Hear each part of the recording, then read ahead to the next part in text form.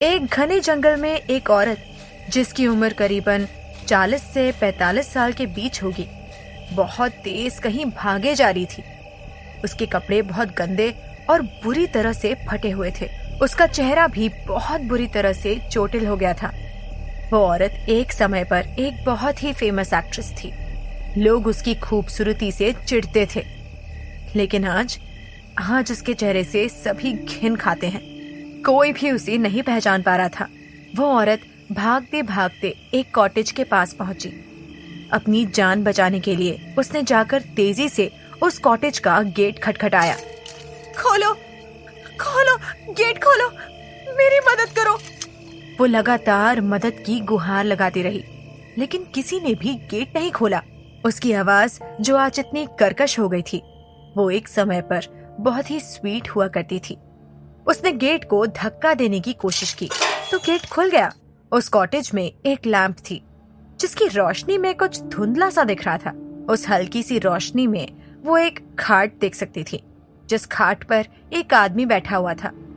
उसने अपने आप को एक ब्लैंकेट से कवर किया हुआ था, इसलिए उस आदमी का चेहरा दिख नहीं रहा था। उस आदमी ने अपने हाथ में एक फ्रेम पकड़ा हुआ था और वो उसी को देख रहा था। वो औरत अपनी कर्कश आवाज में बोली, मुझे बचा लीजिए प्लीज, वो लोग मुझे मारना चाहते हैं।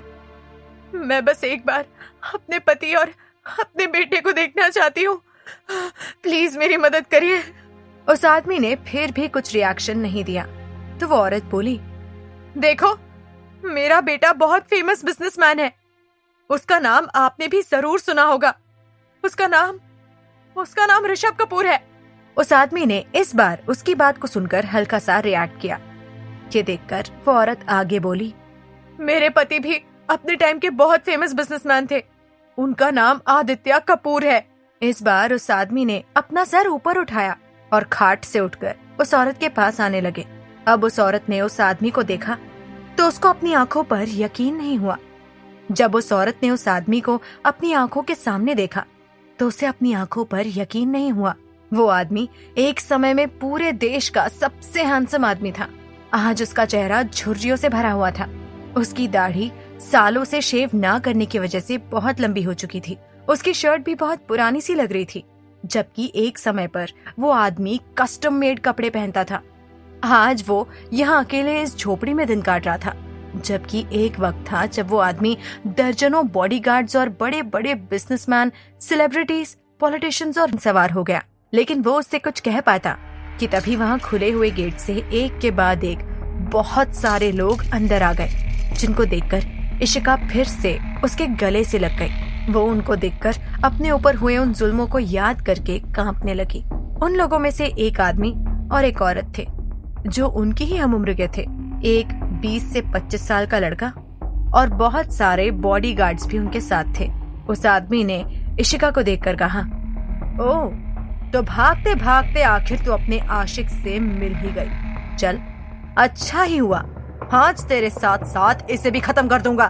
ये वही आदमी था जिसने इशिका की जिंदगी बर्बाद की थी। उसकी बात सुनकर वो औरत बोली, हामिद, ये तुम क्या कह रहे हो? मेरा मन अभी तक इस कमीनी इशिका को टॉर्चर करने से भरा नहीं है। मैं इसे जिंदगी भर टॉर्चर करना चाहती हूँ।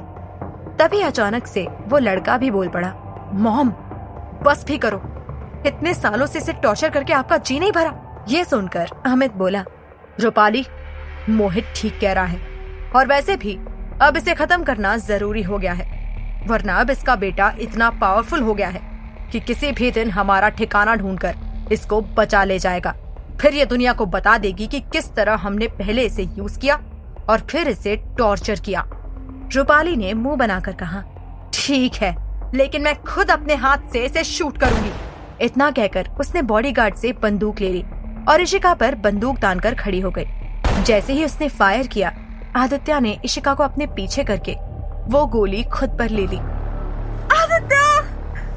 इशिका उसका नाम जोर से चिल्लाई। रूपाली ने 1-2 गोली और चलाई, लेकिन आदित्य ने उनको भी अपने ऊपर ले लिया और अब वो जमीन पर गिर गया। इशिका ने उसका सर अपनी गोदी में उठाकर रख लिया और रोते हुए बोले कि मूवमेंट्स फील हो रही थी। इशिका अपने ख्यालों में ही उलझी हुई थी। कि उसे किसी लड़की की आवाज सुनाई दी। अरे, आपको होश आ गया मिसेस कपूर? उसके मुंह से अपने लिए मिसेस कपूर सुनकर इशिका की आंखें भर आईं। आज न जाने कितने सालों बाद उसे किसी ने मिसेस कपूर कहकर बुलाया था। उसने साइड में देखा तो वो एक यंग नर्स थी। उसने कहा, मैं अभी डॉक्टर को इन्फॉर्म करती हूँ। इतना कहकर वो नर्स वहां से चली गई। इशिका वहीं बैठी ये सोचने लगी कि क्या आदित्य भी उसकी तरह बच गया होगा, या फिर वो नहीं। आदित्य के बिना वो खुद भी जिंदा नहीं रहना चाहती थी। वो बस एक बार अपने बेटे ऋषभ से मिलना चाहती थी और आदित्य के बारे में जानना चाहती थी। इसलिए वो अपने बेड से नीचे उतरी और बिना किसी डिस्कम्फर्ट के वहां से जाने को हुई तो उसकी नजर वहां से गुजरते वक्त एक मिरर पर पड़ी। जब उसमें उसने अपना हल्का सा अक्स देखा तो उसे कुछ अजीब सा लगा। उसने रुककर वापस मिरर में जाकर अपने अक्स को देखा तो उसे अपनी आंखों पर यकीन ही नहीं हुआ। इस टाइम मिरर में उसे अपना 25वां साल वाला रूप दिख रहा था। उसने हैरानी से अपने चेहरे पर हाथ फेरा तो उसका रिफ्लेक्शन भी मिरर में वैसा ही करने लगा। तभी उसकी नजर उसके दूध से गोरे और सुंदर हाथों पर गई, जो कि रूपाली के टॉर्चर के बाद बहुत गंदे लगने लगे थे। उसके नाखून भी बहुत सुंदर और मैनिक्योर किए हुए थे, बिल्कुल उसी तरह जैसे वो उस टाइम बनकर रहती थी, क्योंकि वो एक फेमस एक्ट्रेस थी। उसने जल्दी से अपने पेट को छूकर देखा तो उस पर गोली का कोई निशान तक नहीं था। तो फिर क्या उसका फिर से जन्म हुआ था? उसने बहुत सी नॉवेल्स में रीबर्थ की कहानी पढ़ी थी, लेकिन उसने कभी भी ये नहीं सोचा था कि ऐसा उसके खुद के साथ भी होगा। इसलिए उसने कैलेंडर देखा तो उसका शक दूर हो गया। सच में उसका रीबर्थ हुआ था, वो भी इस टाइम में जब वो आदित्य और ऋषभ के साथ ही थी। उन दोनों के बारे में सोचकर उसकी आंखों में आंसू आ गए। अगर भगवान ने उसे एक मौका दिया ही है तो वो उसका अच्छे से फायदा उठाएगी और इस बार अपने पति और बेटे को बहुत प्यार देगी। तभी डॉक्टर आई और उसका चेकअप करने लगी। चेक करके उसने कहा, आप एकदम ठीक है मिसेस कपूर, बस क्लोरोफॉर्म सूंघने की वजह से आप बेहोश हो गई थी। डॉक्टर की बात सुनकर इशिका को याद आया कि वो टाइम है ये जब वो एक फिल्म की शूटिंग के दौरान अपने को स्टार्स और क्रू के साथ डिनर के लिए एक 7 स्टार होटल में गई थी और जब वो लिया। ये बात इशिका को तब पता चली जब उसको टॉर्चर करते वक्त रूपाली ने ये बात खुद कबूल की। असल में वो आदमी यानी अमित भी रूपाली का अरेंज किया हुआ था। उसे ये सब बातें याद आ रही थी। डॉक्टर इशिका की हेल्थ चेकअप करके उसे थोड़ी देर रेस्ट करने को बोलकर वहां से चले गए। उनके जाते ही अमित अंदर आ गया। उसे देखकर इशिका का खून खौल उठा और उसकी मुट्ठियां कस गई। उसने उसी वक्त अपनी नजर फेर ली, नहीं तो वो सच्चाई याद करके कुछ कर बैठती। इशिका ने उसे देखते ही तय कर लिया था कि अमित की गलती की सजा तो उसे मिलेगी ही, लेकिन धीरे धीरे उसे बर्बाद करके। अमित देखने में काफी हैंडसम था और वो मूवी का सेकंड लीड भी था। वो हमेशा इशिका से मीठी मीठी बातें करके उसको अपने जाल में फंसाने की कोशिश करता था। दरअसल उसके जाल में फंसकर ही इशिका ने अपनी जिंदगी की सबसे बड़ी भूल की थी, इसलिए इस बार वो उस गलती को नहीं दोहराएगी। अमित उसके पास आया और पैनिक होने की एक्टिंग करते हुए उससे पूछा, इशी, तुम ठीक तो हो ना?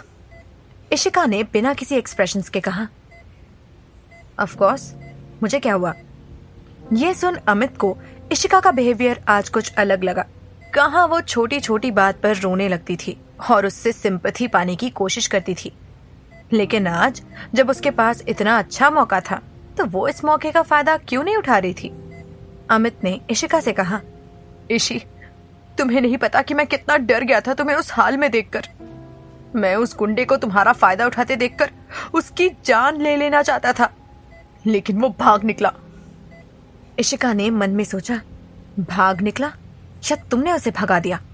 जब आदित्य उस गुंडे को पीटकर इशिका को हॉस्पिटल लेकर जा रहा था तो अमित ने उस गुंडे की भागने में उसकी मदद की थी, क्योंकि रूपाली ने उसको बता दिया था कि वो गुंडा उसके लिए काम करता था। ये सब सोचकर इशिका उसका मजाक उड़ाते हुए बोली, कितने यूजलेस हो तुम। एक तो आदित्य ने उसको पीटकर मेरी जान बचाई, लेकिन तुम एक पिटे हुए गुंडे को भी नहीं संभाल पाए। इशिका की बात सुनकर वो पैनिक हो गया। उसने सोचा कि इशिका को कैसे पता चल गया कि उसको बचाने वाला आदित्य था, वो नहीं। अमित ने थोड़ा घुमाकर अपना सवाल किया, तुम तो बेहोश थी, फिर तुमको कैसे पता चला कि वहां क्या हुआ? इशिका बोली, दैट्स वेरी सिंपल। मैं अभी भी अपनी बॉडी पर आदित्य के परफ्यूम की फ्रेग्रेंस को स्मेल कर सकती हूँ, जिससे प्रूव होता है कि आदित्य भी वहां पर थे। इसका मतलब उन्होंने मुझे कैरी किया, और ऐसा तो हो ही नहीं सकता कि उनके होते हुए किसी ने मुझे छूने की कोशिश की और उन्होंने उसको यूं ही छोड़ दिया हो। उस इंसान को बचकर भागने देने का तो सवाल ही नहीं पैदा होता। जरूर उन्होंने मुझे बचाया होगा और तुम्हारी जिम्मेदारी पर उस गुंडे को छोड़कर आ गए होंगे, और वो गुंडा तुम्हारे हाथ से बच निकल गया होगा। Am I right? अमित को तो उसकी बातों पर यकीन ही नहीं हुआ। ये लड़की तो बहुत बड़ी बेवकूफ थी। तब तो वो और रूपाली मिलकर आसानी से उसको बेवकूफ बना देते थे, लेकिन आज इसने इतना दिमाग कहां से लगा लिया? और ऊपर से वो आदित्य की तारीफ भी कर रही थी। आखिर ये हो क्या रहा था? वो कुछ और कहता उससे पहले ही इशिका बोली, देखो प्लीज, मुझे रेस्ट करना है, इसलिए तुम जा सकते हो। एंड बाय द वे, वो जाते जाते प्लीज आदित्य को इन्फॉर्म कर देना कि मैं उनसे मिलना चाहती हूँ। वो उसे वहां से भगाने की कोशिश कर रही थी। हामिद को उसकी बात सुनकर बहुत गुस्सा आया कि वो उसे भगाने की कोशिश कर रही थी, लेकिन साथ ही हैरानी भी हुई कि वो खुद से आदित्य से मिलना चाहती थी। वो तो आदित्य से नफरत करती थी और हमेशा उससे दूर भागती थी, तो फिर आज खुद उसे क्यों बुला रही थी? अमित ने अपना गुस्सा कंट्रोल करते हुए कहा, ठीक है फिर, मैं तुमसे कल मिलूंगा, गुड नाइट। इतना कहकर वो वहां से जल्दी से चला गया, क्योंकि उसे डर था कि एक और पल वो वहां रुका तो उसका असली रूप इशिका के सामने आ जाएगा। अमित के जाने के ठीक 5 मिनट बाद गेट पर नॉक हुआ। इशिका ने गेट की तरफ देखा तो ये वही आदमी था जिसे देखने के लिए वो कब से बेचैन थी। आदित्य इस टाइम 31 साल का था। वो बहुत ही हैंडसम था, मस्कुलर बॉडी, हार्ट पैक। वो सच में इंडिया का मोस्ट वांटेड मैन था। वेल, सिर्फ दुनिया की नजरों में, क्योंकि उसकी मैरिड होने की बात किसी को भी नहीं पता थी, बस कुछ गिने चुने लोगों को छोड़कर। आदित्य एक टक इशिका को ही निहारे जा रहा था। उसको यकीन नहीं हो रहा था कि आज पहली बार इशिका खुद से उससे मिलना चाहती थी। वो तो उसका मुंह तक देखना पसंद नहीं करती थी, उसे देखकर हमेशा इग्नोर करती थी, यहाँ तक कि वो दोनों एक बेडरूम भी शेयर नहीं करते थे। इशिका के सामने अगर वो गलती से भी आ जाता तो वो उसे इग्नोर कर देती थी।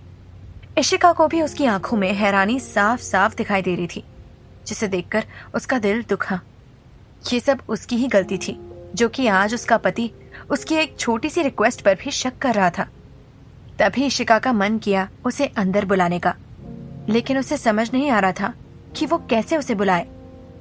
अचानक उसके दिमाग में कुछ सूझा और साइड टेबल पर रखे पानी के ग्लास को उठाने की कोशिश कर वो ऐसे शो करने लगी कि जैसे उसको बहुत मुश्किल हो रही हो उस ग्लास को उठाने में। आदित्य उसकी एक्टिंग 1 सेकंड में पहचान गया। ऐसा इसलिए नहीं क्योंकि वो अच्छी एक्टिंग नहीं कर रही थी, बल्कि ऐसा इसलिए क्योंकि आदित्य को पता था कि वो एकदम फिट है। आखिर वो सिर्फ क्लोरोफॉर्म सूंघकर बेहोश ही तो हुई थी। उसका कोई एक्सीडेंट थोड़ी हुआ था कि उसको उठाने में प्रॉब्लम हो। लेकिन फिर भी वो इशिका के बेड के पास गया और उसको बैठने में मदद करने लगा। उसकी छुअन महसूस कर इशिका की आंखें बंद हो गई। आदित्य ने फिर उसको पानी का ग्लास उठाकर दिया और इशिका ने उससे लेकर पी लिया। आदित्य उसका गुस्सा होने का इंतजार करने लगा, लेकिन उसकी सोच से उल्टा इशिका एकदम शांत थी। ये देखकर आदित्य को बहुत हैरानी हुई, लेकिन अपने आप को नॉर्मल करके सीरियस आवाज में उसने कहा, तुमने मुझे बुलाया? ये सुन इशिका ने बस उसका हाथ पकड़ लिया, जिससे आदित्य शॉक हो गया। वो कभी भी आदित्य के करीब नहीं आती थी, तो फिर आज कैसे खुद से उसने उसका हाथ पकड़ लिया था? फिर इशिका ने बहुत मासूमियत के साथ कहा, आदित्य, मुझे घर जाना है। ये सुनकर तो आदित्य को एकदम जैसे 440 वोल्ट का झटका लग गया हो। इशिका ने आज पहली बार उसको उसके नाम से पुकारा था, वरना वो उसके लिए हमेशा मिस्टर कपूर ही कहती थी। आदित्य सोच में पड़ गया कि आज इस लड़की को क्या हो गया। उसको अपनी सोच में गुम देखकर इशिका ने उसके हाथ को हिलाया और उस पर जोर देते हुए बोली, आदित्य, आप सुन क्यों नहीं रहे हैं? मुझे घर ले चलिए ना। आदित्य ने एक सख्त आवाज में पूछा, आर यू श्योर कि तुम मेरे साथ घर वापस जाना चाहती हो? तुम तो मुझे एक पल के लिए भी अपने सामने बर्दाश्त नहीं कर सकती थी, तो फिर मेरे साथ 2 घंटे के ऊपर का सफर कैसे तय करोगी? वो हमेशा की तरह बाद में उसके रूखेपन को झेलना नहीं चाहता था। इशिका उसकी बात सुनकर बोली, आप मुझसे ऐसा क्यों पूछ रहे हैं? जब आप मुझे अपनी बाहों में थामकर यहाँ हॉस्पिटल तक लाए थे, तब क्या आपने मुझसे पूछा था जो अब पूछ रहे हैं? बिल्कुल अपनी मर्जी के मालिक हैं आप, हमेशा अपने मन की ही करते हैं। ऐसा कहकर उसने मुंह साइड में फेर लिया। आदित्य को उसका बचपना देखकर हंसी आ रही थी। आज कितने सालों बाद इशिका ने उससे ऐसे बात की थी। ऐसे बात वो सिर्फ बचपन में ही किया करती थी, लेकिन जब वो अमेरिका से पढ़ाई पूरी करके वापस लौटी तो सब बदल चुका था। उसकी बचपन वाली इशिका बिल्कुल बदल गई थी। वो आदित्य को आदि पुकारते हुए उसके पीछे भागती नहीं थी, बल्कि मिस्टर कपूर कहकर उससे दूर भागती थी। लेकिन इस बार आदित्य का दिल पिघल गया और वो बोला, ठीक है, चलो चलते हैं। उसकी बात सुन इशिका झट से बेड से उतर गई, लेकिन उसने आदित्य का हाथ नहीं छोड़ा और आगे बढ़ते हुए बोली, चलो चले। आदित्य घर जाने के उसके एक्साइटमेंट को देखकर हैरान था, क्योंकि ये वही थी जो अधिकतर शूटिंग के बहाने घर से बाहर रहती थी। वो महीने भर के लिए बाहर चली जाया करती थी और कहती थी कि उसे घर जेल जैसा लगता है, घुटन होती है उसे घर में। लेकिन आज उस क्लोरोफॉर्म को सूंघने के बाद उसके दिमाग का कोई नट लूज हो गया था शायद। ऐसा सोचकर आदित्य भी इशिका के पीछे पीछे चलने लगा। दोनों हॉल से गुजर ही रहे थे कि अचानक आदित्य ने उसको रोक दिया। इशिका ने हैरानी से उसकी तरफ देखते हुए पूछा, क्या हुआ? आदित्य ने अपना फोन पॉकेट से निकाला और किसी को फोन लगाते हुए कहा, जल्दी से मेरे और मैडम के लिए फेस मास्क और गॉगल्स लेकर आओ। इशिका समझ गई थी कि ऐसा उसने क्यों किया। थोड़ी देर में आदित्य का बॉडीगार्ड वहां उनके लिए फेस मास्क और गॉगल्स ले आया था। दोनों ने जल्दी से उसे लगाया और हॉस्पिटल से बाहर आ गए।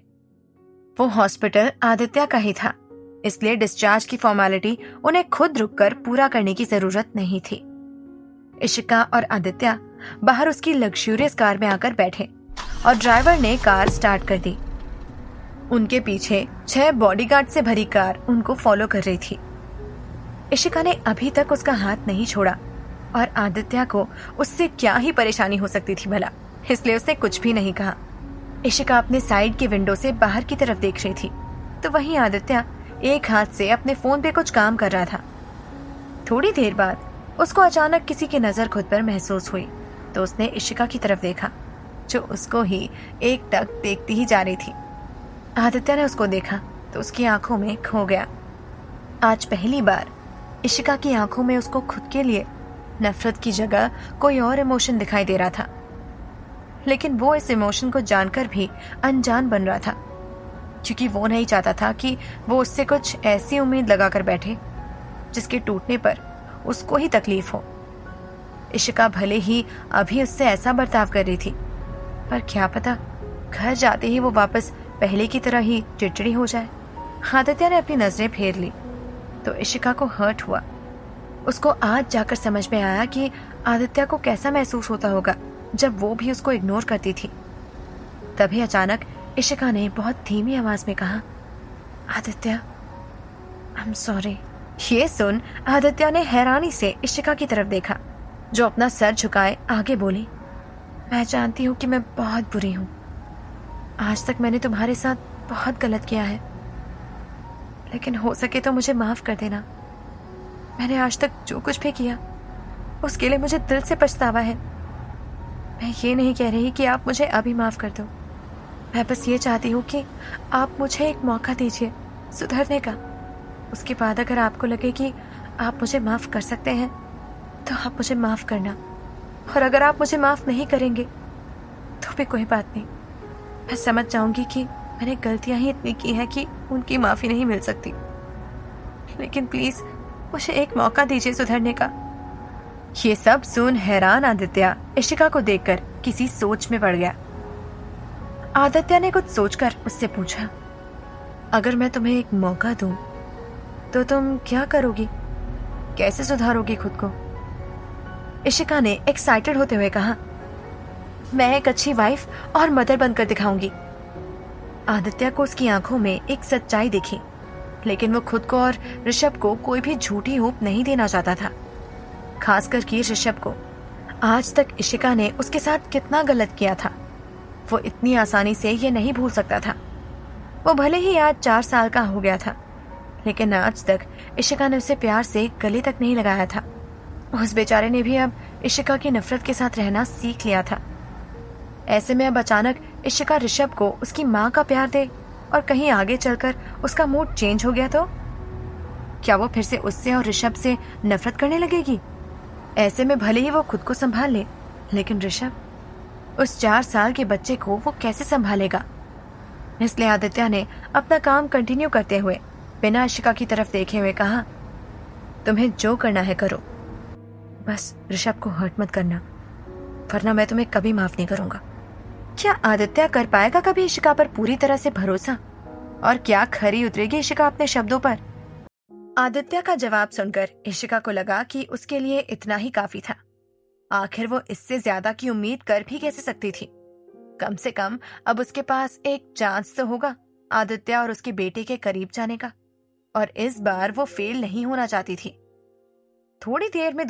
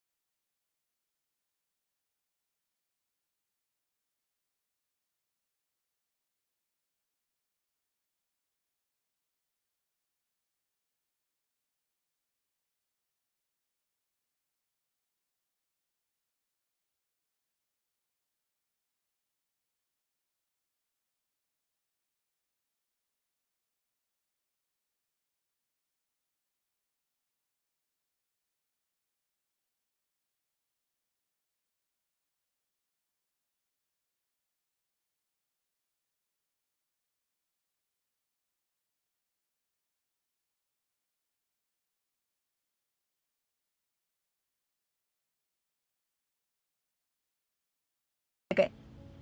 इशिका की आदित्य के लिए नफरत सब जानते थे। तभी काका ने कहा, आदित्य बेटा, इशिका मैडम आप घर वापस आ गए। उनके ऐसे डिफरेंट टाइटल्स को सुनकर इशिका को याद आया कि उसने काका को कहा था कि वो उसे मैडम कहे, ना कि बेटा। वो उनको एक सर्वेंट से ज्यादा कुछ नहीं समझती थी। उसे अपनी बेरुखी याद करके खुद पर गुस्सा आया कि वो कैसे आदित्य के काका के साथ इतना बुरा बिहेव कर सकती थी। इशिका बोली, काका, मुझे आज तक आपके साथ की गई सभी बदतमीजियों के लिए माफ कर दीजिए। उसकी बात सुन आदित्य और काका दोनों ही शॉक थे। आदित्य ने मन ही मन सोचा कि ना जाने आने वाले टाइम में ये लड़की उसको और कितना शौक देने वाली है। वहीं काका को तो यकीन ही नहीं हुआ कि इशिका उनसे इतने प्यार से बात कर रही थी, और तो और उनसे माफी भी मांग रही थी। वो कुछ कहने के लिए हुए, लेकिन आदित्य ने उन्हें कुछ इशारा किया जिससे वो कुछ समझ गए। वो मुस्कुराते हुए बोले, मैडम, वैसे तो आपको माफी मांगने की कोई जरूरत नहीं है, लेकिन आप फिर भी मांग रही हैं तो ठीक है, मैं आपको माफ कर देता हूँ। इशिका ने कहा, थैंक यू सो मच काका। वैसे अगर आपने मुझे दिल से माफ कर दिया है तो आप मुझे मैडम ना बोलकर इशिका बेटा ही बोलिए, क्योंकि आप उम्र में मुझसे बहुत बड़े हैं। उसे पता था कि काका ने ये सब आदित्य के इशारे पर ही कहा था, लेकिन वो इस मौके का फायदा उठाए बिना कैसे रह जाती। बाद में वो अपने एक्शन से सबकी उसके बारे में थिंकिंग चेंज करने वाली थी। आदित्य ने कहा। रात बहुत हो चुकी है, जाओ जाकर सो जाओ। काका, आप मेरी स्टडी में आना, कुछ काम है आपसे। इतना कहकर वो चला गया। काका भी उसके पीछे पीछे चले गए। इशिका भी अपने रूम की ओर चल दी, लेकिन बीच रास्ते में ऋषभ का रूम था, तो उसका बहुत मन किया ऋषभ को देखने का। उसने चुपके से डोर को ओपन किया। रूम में काफी अंधेरा था। इशिका ने अपने फोन की टॉर्च ऑन की और ऋषभ के बेड के पास पहुंच गई और उसने साइड रखा टेबल लैंप स्विच ऑन किया तो रूम में हल्की सी रोशनी छा गई। ऋषभ अपने बेड पर आराम से सो रहा था। उसका ब्लैंकेट उसके ऊपर से थोड़ा सा हट गया था, जो कि उसके करवट बदलते वक्त हुआ था। इशिका उसके फेस वाली साइड पर बैठ गई और उसकी आंखों से आंसू गिरने लगे। ये मासूम एंजल उसका अपना बेटा था। ऋषभ अपने दोनों पेरेंट्स की परछाई जैसा था, इसलिए वो भी बहुत सुंदर था। इशिका ने जब उसके फेस को छूने के लिए अपना हाथ आगे बढ़ाया तो उसके हाथ बहुत जोरों से कांपने लगे। उसे डर लग रहा था कि अगर उसने ऋषभ को छुआ तो कहीं वो बेरुखी से उसका हाथ झटक न दे, जैसे कि वो पिछले जन्म में आदित्य और उसके साथ करती थी। लेकिन ऐसा कुछ नहीं हुआ और ऋषभ चुपचाप सोता रहा। इशिका की हिम्मत बढ़ी और वो हल्के से उसके फेस को बहुत प्यार से सहलाने लगी। ऋषभ फिर भी नहीं उठा तो उसने उसके फोरहेड पर एक किस किया। ऋषभ बहुत गहरी नींद में था। इशिका को इतने से चैन नहीं मिला तो वो उसके पूरे फेस पर हाथ फेरने लगी। उसके आंसू थमने का नाम ही नहीं ले रहे थे। वो रोते हुए बोली, मेरा बच्चा, मेरा ऋषभ, कितना हर्ट किया है मम्मा ने आपको। आपकी मम्मा बहुत बुरी है, बहुत बहुत ज्यादा बुरी है। आई एम सो सॉरी बेटा, लेकिन अब मैं आपको और हर्ट नहीं करूंगी। मैं आपको बहुत प्यार करूंगी। जितने गम दिए हैं ना, उससे कई ज्यादा खुशियां दूंगी आपको, प्रॉमिस। इतना कहकर वो फिर से रोते हुए उसे प्यार से सहलाने लगी। वो उसका ब्लैंकेट अच्छे से उड़ाकर वही उसके सिरहाने बैठकर उसको प्यार से निहारती रही। दूसरी तरफ स्टडी में काका और आदित्य एक काउच पर बैठे थे और आदित्य ने उसको इशिका की माफी वाली सारी कहानी बता दी। काका ने पूछा, तो अब आप क्या करेंगे आदित्य बेटा? क्या आपको उन पर यकीन है? आदित्य ने कहा, फिलहाल तो नहीं है, लेकिन काका, मैं उसे एक चांस तो देना चाहता हूँ। भले ही कुछ पल के लिए ही सही, लेकिन ऋषभ को उसकी माँ का प्यार मिले। काका ने पूछा, लेकिन बेटा, अगर वो फिर से बदल गई तो? आदित्य ने बहुत सीरियस होकर कहा, तो ये झटका ऋषभ को इतना स्ट्रांग बना देगा कि वो जिंदगी में फिर कभी भी किसी के आगे प्यार की भीख नहीं मांगेगा। वो सीख जाएगा कि जब उसकी खुद की माँ उसे धोखा दे सकती है तो दुनिया में कोई भी उसे धोखा दे सकता है। वो जानता था कि वो बहुत बड़ा रिस्क ले रहा था, लेकिन वो ये रिस्क लेना चाहता था ऋषभ के लिए।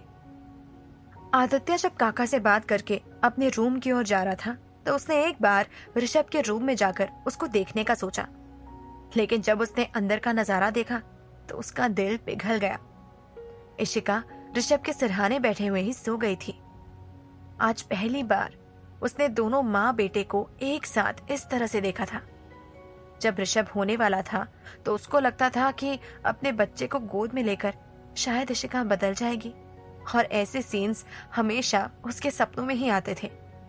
लेकिन ऐसा कुछ नहीं हुआ तो उसको सपने आने भी बंद हो गए। लेकिन आज इस सीन को देखकर उसका वो सपना पूरा हो गया। आदित्य बेड के पास गया और जाकर इशिका को कंफर्टेबली लेटा दिया और दोनों को अच्छे से ब्लैंकेट से कवर कर दिया। इशिका और ऋषभ की सोने की आदत बिल्कुल एक सी थी। ये बात आदित्य अच्छे से जानता था। इशिका के सोने के बाद ही वो उसको टच करने की हिम्मत कर पाता था, लेकिन उसने उसके फोरहेड पर किस करने से ज्यादा कुछ भी नहीं किया था, और आज भी उसने ऐसा ही किया। उसने पहले इशिका के फोरहेड पर किस किया और फिर ऋषभ के फोरहेड पर। फिर वो खुद थोड़ी देर बैठ गया वहां पर। आज उसको पहली बार ये फैमिली वाली फीलिंग महसूस हुई। वो इस मोमेंट को जी भर के देखना चाहता था। नेक्स्ट मॉर्निंग आदित्य जल्दी उठकर ऋषभ के रूम में चला गया। इसलिए अब रूम में सिर्फ इशिका और ऋषभ ही सो रहे थे। जब इशिका की आंख खुली तो उसने साइड होकर जो देखा, उसे देखकर उसका दिल पिघल गया। ऋषभ उठ चुका था और बेड पर बैठा उसकी ओर बहुत गौर से अपनी आंखें छोटी करके देख रहा था, जैसे मानो उसको यकीन ही नहीं हो रहा हो कि इशिका यहाँ सच में है। वो अपने बिखरे हुए बालों में बहुत क्यूट लग रहा था, जिसे देखकर इशिका का मन किया कि उसके गालों को पिंच कर ले।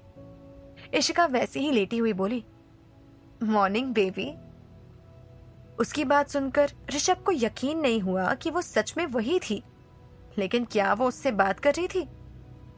पर वो तो उसको हमेशा देखकर इग्नोर करती थी। इशिका उसकी आंखों में उसके डाउट को साफ देख सकती थी।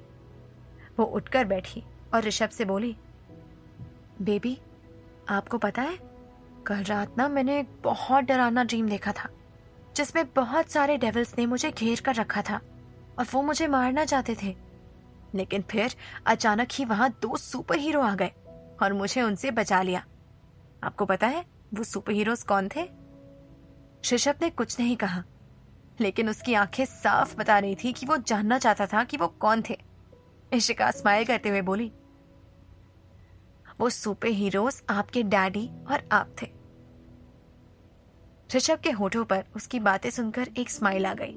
आखिर छोटे बच्चों को ऐसी कहानियां बहुत पसंद जो आती हैं, और एक सुपर हीरो बनना भला किस छोटे बच्चे को पसंद नहीं आता होगा। इशिका आगे बोली, फिर आप दोनों ने मुझसे प्रॉमिस किया कि आप दोनों हमेशा मुझसे बहुत प्यार करोगे और हमेशा मुझे प्रोटेक्ट करोगे। इसलिए मम्मा को भी उनकी गलती रियलाइज हो गई। मम्मा ने आपके डैडी और आपसे पूछा कि आप दोनों ने मेरी हेल्प क्यों की, जबकि मैंने तो आपको और आपके डैडी को हमेशा परेशान किया है। आपसे अच्छे से बात भी नहीं करती थी और बहुत गुस्सा भी करती थी। तो पता है कि आपके डैडी और आपने क्या कहा? ऋषभ फिर से टकटकी लगाए उसे देखने लगा। इशिका ने उम्मीद भरी निगाहों से ऋषभ की ओर देखकर कहा, आप दोनों ने कहा कि आप दोनों मुझसे बहुत प्यार करते हो, तो इसलिए मैंने भी आपके डैडी और आपसे माफी मांगी और कहा कि अब से मैं आप दोनों को बहुत प्यार करूंगी और एक गुड वाइफ और गुड मॉमी बनकर दिखाऊंगी। पर बेबी, क्या आप माँ को एक चांस दोगे गुड मॉमी बनने का? ऋषभ बिना कुछ बोले उसे ही देख रहा था। इशिका को लगा कि शायद ऋषभ ने उसको माफ नहीं किया। वो समझ सकती थी कि ऐसा क्यों था, लेकिन फिर भी उसकी आंखों से आंसू गिरने लगे। ऋषभ, जिसे वो सब प्यार से ऋषु बुलाते थे, उसने उसको रोते हुए देखा तो तुरंत आगे बढ़कर उसके आंसू पोंछते हुए बोला, प्लीज आप मत रो, आप मत रो, आप रोते हो तो मुझे अच्छा नहीं लगता। उसकी बात सुनकर इशिका के मन में एक उम्मीद जगी। उसने ऋषभ से पूछा, तो क्या आपने मम्मा को माफ कर दिया?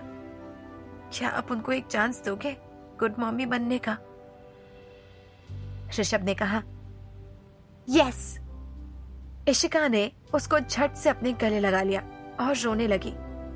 ऋषभ भी आज पहली बार अपनी माँ के इतने प्यार से उसको हक करने से बहुत ज्यादा इमोशनल हो गया और वो भी रोने लगा। दोनों माँ बेटे काफी देर तक इसी तरह से रोते रहे। फिर अचानक से गेट पर नॉक होने से उन दोनों का ध्यान टूटा। गेट को आदित्य ने जाते वक्त बाहर से लॉक कर दिया था। काका गेट पर नॉक करते हुए बोले, बाबा, आप उठे नहीं क्या अब तक? आपको स्कूल के लिए लेट हो जाएगा। इशिका उससे दूर होते हुए बोली, काका, आप जाकर ऋषु के लिए ब्रेकफास्ट रेडी करवाइए, मैं अभी ऋषु को स्कूल के लिए रेडी करके लाती हूँ। बाहर खड़े काका इशिका की आवाज सुनकर हैरान हो गए, लेकिन तभी उनको आदित्य की बात याद आ गई, इसलिए वो चुपचाप वहां से चले गए। इशिका ने ऋषु से कहा, चलो बेबी, आज माँ आपको स्कूल के लिए रेडी करेंगी। ऋषु भी एक्साइटेड हो गया। वो दोनों जल्दी से वॉशरूम में चले गए। आदित्य जब नीचे ब्रेकफास्ट टेबल पर रेडी होकर आया तो वहां सर्वेंट्स उसके लिए ब्रेकफास्ट सर्व करने लगे। साथ ही वो इशिका और ऋषु के लिए भी ब्रेकफास्ट लगाने लगे, क्योंकि ऐसा काका ने उनको करने के लिए कहा था। आदित्य ये देखकर सोचने लगा कि क्या इशिका उन दोनों के साथ ब्रेकफास्ट करेगी भी या नहीं।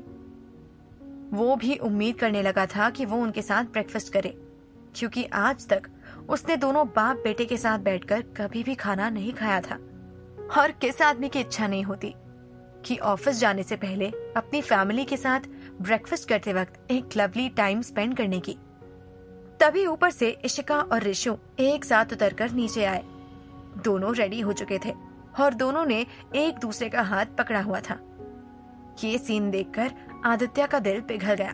तो वहीं सारे सर्वेंट्स और हाउसकीपर बिल्कुल हैरान हो गए।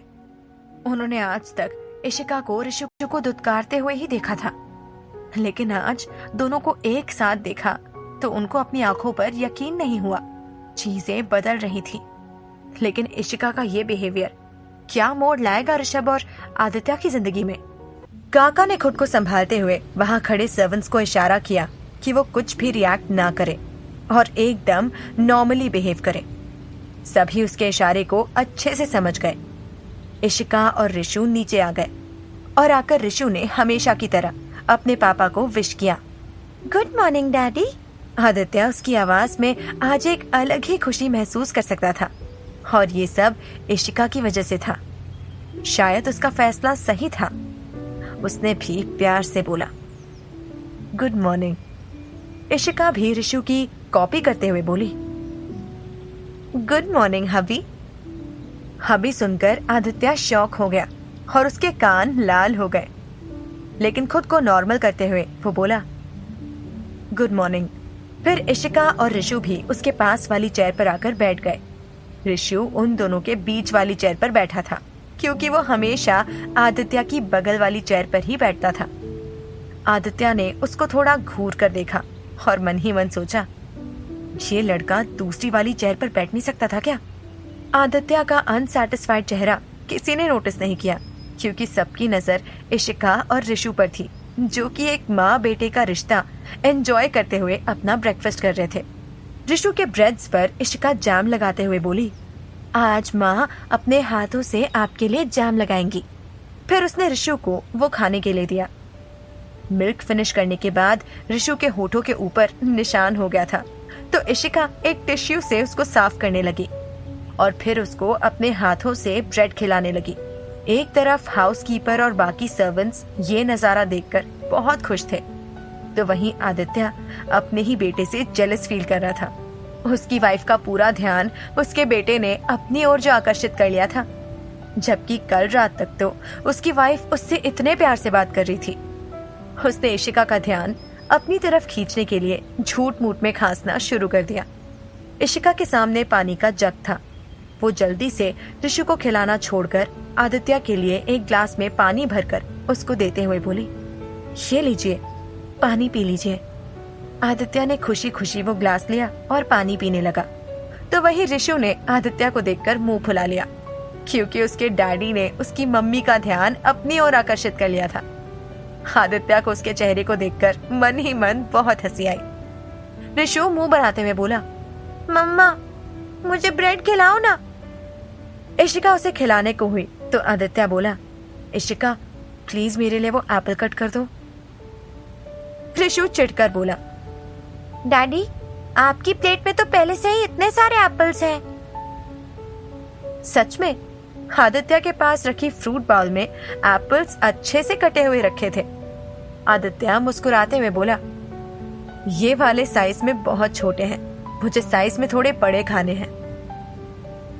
ऋषु बोला, यहाँ इतने सारे लोग हैं, आप किसी और से कह दो ना, मम्मा को क्यों काम करने को बोल रहे हो। तभी आदित्य ने हाउसकीपर को कुछ इशारा किया और उसने भी सभी सर्वेंट्स को अपने अपने काम पर लौटने का इशारा कर दिया। सभी सर्वेंट्स अपने अपने काम पर चले गए। देखते ही देखते वहां उन तीनों के अलावा कोई नहीं बचा था। इशिका और ऋषु उसकी चालाकी समझ गए। इशिका ने ऋषु से कहा, आप खुद खा लो, तब तक मैं ये एप्पल्स कट कर देती हूँ, ताकि आप जल्दी से ऋषु को अपने साथ स्कूल ले जा सके। ओके? ऋषु खुश होते हुए बोला, आज वो सबको जाकर बताएगा कि ये एप्पल्स उसकी मम्मी ने उसके लिए कट किए थे। वहीं आदित्य भी खुशी खुशी इशिका के हाथ के कटे हुए एप्पल्स खाने के लिए बहुत एक्साइटेड था। लेकिन जैसे ही इशिका ने चाकू उठाकर एप्पल को पील करना चाहा, वैसे ही दोनों बाप बेटे के अरमानों पर पानी फिर गया, क्योंकि इशिका नाइफ के उल्टे साइड से उसको पील करने की कोशिश कर रही थी। एक बहुत लग्जूरियस कार रोड पर दौड़ रही थी। उसके पीछे 6 और लग्जूरियस कार्स थी। पहली कार में इशिका और आदित्य थे, तो वहीं बाकी के कार्स में बॉडीगार्ड्स थे। इशिका और आदित्य बैक सीट पर बैठे थे और ऋषु दोनों के बीच में बैठा था। आज पहली बार तीनों एक साथ कार में बैठे थे। तीनों बहुत खुश थे, लेकिन कार में एकदम सन्नाटा था। इशिका सन्नाटे को तोड़ते हुए बोली, आई प्रॉमिस कि मैं कुकिंग सीख लूंगी, फिर आप दोनों को बहुत टेस्टी खाना बनाकर खिलाऊंगी। वो बोल तो ऐसे रही थी जैसे दोनों बाप बेटे ने कभी अच्छा खाना खाया ही ना हो, जबकि वर्ल्ड के बेस्ट शेफ उनके घर में ही काम करते थे। ऋषु ने मुस्कुराते हुए कहा, डोंट वरी मम्मी, आपको कुकिंग सीखने की कोई जरूरत नहीं है। आप बस मेरे ब्रेड्स पर जैम लगाकर मुझे अपने हाथ से जैम ब्रेड खिला दोगी तो मेरे लिए इतना ही काफी होगा। ऋषु बहुत ही स्मार्ट था। उसको लगा कि अगर उसकी मम्मी कुकिंग करेगी तो उसके डैडी को भी उसकी मम्मी की अटेंशन मिलेगी, लेकिन वो अपनी मम्मी की सारी अटेंशन सिर्फ अपनी तरफ ही रखना चाहता था। अपने बेटे के खुराफाती दिमाग से अनजान इशिका खुश होकर बोली, ओह बेबी, दैट्स सो स्वीट। ये बोलकर उसने ऋषु के सर पर एक किस कर दिया। लेकिन आदित्य अपने बेटे के खुराफाती दिमाग को अच्छे से जानता था। आखिर उसकी वाइफ की अटेंशन पर उसका भी तो कुछ हक था। वो बोला, आप अभी इतने छोटे नहीं हो कि आपकी मम्मी को आपको अपने हाथों से खाना खिलाना पड़े। ऋषु ने पाउट बनाया तो इशिका बोली, कोई बात नहीं, मैं कर लूंगी, इसमें मुझे कोई प्रॉब्लम नहीं है। आदित्य बोला, लेकिन इससे ऋषु की आदत खराब हो जाएगी। क्या आप ये चाहती हैं कि ऐसा हो? इस पर इशिका ने कहा,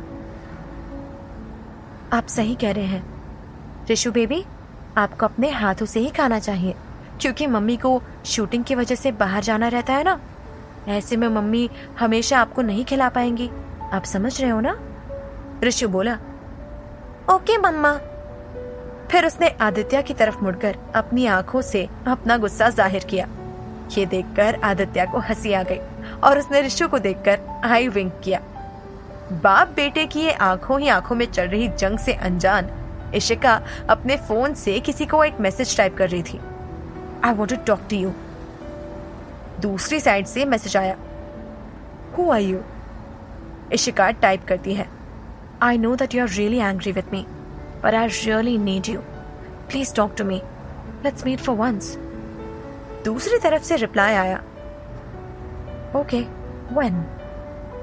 जबरदस्ती एक प्लेबॉय टाइप के बिजनेसमैन से करवा दी थी, जिसके बाद उस आदमी ने श्रेया को इतना टॉर्चर किया कि बेचारी ने अपनी जान खुद ही ले ली। इशिका को उसकी मौत की खबर रूपाली ने बहुत खुश होते हुए दी थी। उस दिन इशिका को बहुत पछतावा हुआ श्रेया की बात ना मानने का। अगर वो उसकी बात मान लेती तो अमित और रूपाली की जाल में नहीं फंसती, और श्रेया से अगर उसकी दोस्ती नहीं टूटी होती तो वो श्रेया को बचा लेती। वो ये सब सोच ही रही थी कि तभी कार अचानक से रुकी। इशिका ने देखा कि ऋषु का स्कूल आ गया था। वैसे तो इशिका पहले भी कई बार स्कूल आई थी, लेकिन अपने बेटे के लिए नहीं, बल्कि मोहित के लिए। ये सोचकर ही उसे खुद पर बहुत गुस्सा आ रहा था। तभी ऋषु ने उससे उम्मीद भरी निगाहों से पूछा, क्या आप मेरे साथ चलोगी? इशिका को उसकी ऐसी नजर पर बहुत प्यार आया। उसने तुरंत अपने पर्स से अपना मास्क और गॉगल्स निकालकर पहन लिया और खुद कार से उतरकर ऋषु को उतरने में हेल्प करने लगी। तो वही आदित्य गौर से इशिका को ही देखे जा रहा था। क्या वो सच में ऋषु को अंदर छोड़ने जाने वाली थी? इशिका और ऋषु खुशी खुशी जाने लगे तो आदित्य ने भी अपने मास्क और गॉगल्स लगाए और वो भी कार से उतर गया। ऋषु आज बहुत ज्यादा एक्साइटेड था। आज पहली बार उसकी मम्मा उसको ड्रॉप करने आई थी। आज सभी बच्चों को पता चल जाएगा कि उसकी भी मम्मा है। वो बहुत खुश होकर अपने पेरेंट्स के साथ झूमता चला जा रहा था। उसका एक हाथ आदित्य ने और दूसरा हाथ इशिका ने थामा हुआ था। वो दोनों ही उसकी खुशी को देखकर बहुत ज्यादा खुश थे। ऋषु के बाकी फ्रेंड्स भी स्कूल के अंदर अपने पेरेंट्स के साथ ही जा रहे थे। जब उन्होंने ऋषु को देखा तो उसके साथ वो इशिका को देखकर बहुत हैरान हुए। ऋषु को अपने पापा के साथ तो उन्होंने कई बार देखा था, लेकिन आज ये पहली बार था जब वो उसके साथ किसी आंटी को भी देख रहे थे। वो इशिका को इसलिए पहचान नहीं पाए थे क्योंकि इशिका जब भी मोहित के साथ आती थी तो हमेशा फेस मास्क रिमूव करके ही आती थी। सबको पता था कि इशिका और अमित अच्छे दोस्त थे और अमित का अडॉप्टेड बेटा मोहित था।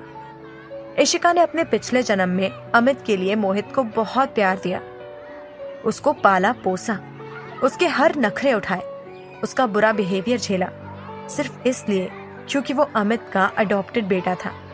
लेकिन बाद में जाकर उसे पता चला था कि मोहित रूपाली की नाजायज औलाद थी, जिसके पिता तक को वो जानती नहीं थी। अमित रूपाली को बहुत प्यार करता था, इसलिए उसने मोहित को बचपन से पाला ताकि किसी को भी रूपाली का ये सच पता न चले। लेकिन इशिका ने अपनी ममता के बदले क्या पाया? उसी बच्चे ने आगे चलकर उसको टॉर्चर किया और उसकी जान तक लेनी चाहिए। वहीं दूसरी तरफ उसका खुद का बेटा, जिसके साथ उसने कभी अच्छा बर्ताव नहीं किया, वो उसकी जान बचाने के लिए आया था। इस बार वो अपनी ममता अपने खुद के बेटे पर लुटाने वाली थी, ना कि उस मोहित पर। ऋषु के एक दोस्त ने उसके पास आकर पूछा, ऋषु, ये आंटी कौन है? ये मेरी मम्मा है। ऋषु ने बहुत खुश होते हुए कहा। उसकी बात सुनकर सभी शॉक हो गए। उन्होंने आज तक ऋषु की माँ को नहीं देखा था। कभी कभी तो उनको लगता था कि उसकी माँ है ही नहीं, लेकिन आज वो खुद उनके सामने खड़ी थी। सब पेरेंट्स आगे आकर बोलने लगे, हेलो मिसेस कपूर। इशिका ने भी सबको मुस्कुराकर हेलो कहा। उसके मुंह पर मास्क देखकर एक बच्चे ने कहा, ऋषु, तुम्हारी मम्मी ने मास्क क्यों पहना है? ऋषु ने कहा, क्योंकि वो एक एक्ट्रेस है। उस बच्चे ने हैरानी से कहा, वाओ, बिल्कुल मोहित की मम्मी की तरह। उसकी बात सुनकर इशिका, आदित्य और ऋषभ शॉक हो गए। ऋषु को हमेशा मोहित से बहुत जलन होती थी, क्योंकि उसे लगता था कि उसकी मम्मा मोहित को बहुत प्यार करती थी। सबको स्कूल में लगता था कि वो औरत जल्द ही मोहित की असली माँ बन जाएगी, अमित से शादी करके, क्योंकि किसी को भी उसके ऑलरेडी मैरिड होने की बात पता नहीं थी। वही आदित्य को भी ये बात बहुत चुभ रही थी। उसने इशिका की तरफ देखा तो इशिका ने अपना मास्क थोड़ा सा उतार दिया था। वो बोली, बच्चों, मैं मोहित की नहीं, ऋषु की मम्मा हूँ। वो तो उसके पापा मेरे दोस्त है ना, इसलिए कभी कभी उसे छोड़ने आ जाती हूँ, लेकिन ऋषु मेरा असली बेटा है। आज से पहले मैं उसको छोड़ने इसलिए नहीं आई थी क्योंकि मेरे ऋषु को संभालने के लिए बहुत सारे लोग हैं, लेकिन उस बेचारे मोहित के पास इतने लोग नहीं है ना, इसलिए। लेकिन आप लोगों को मिसअंडरस्टैंडिंग हो गई है, क्योंकि मम्मा तो मैं सिर्फ अपने ऋषु की ही हूँ, राइट ऋषु? क्या ऋषु इस सच को एक्सेप्ट कर पाएगा?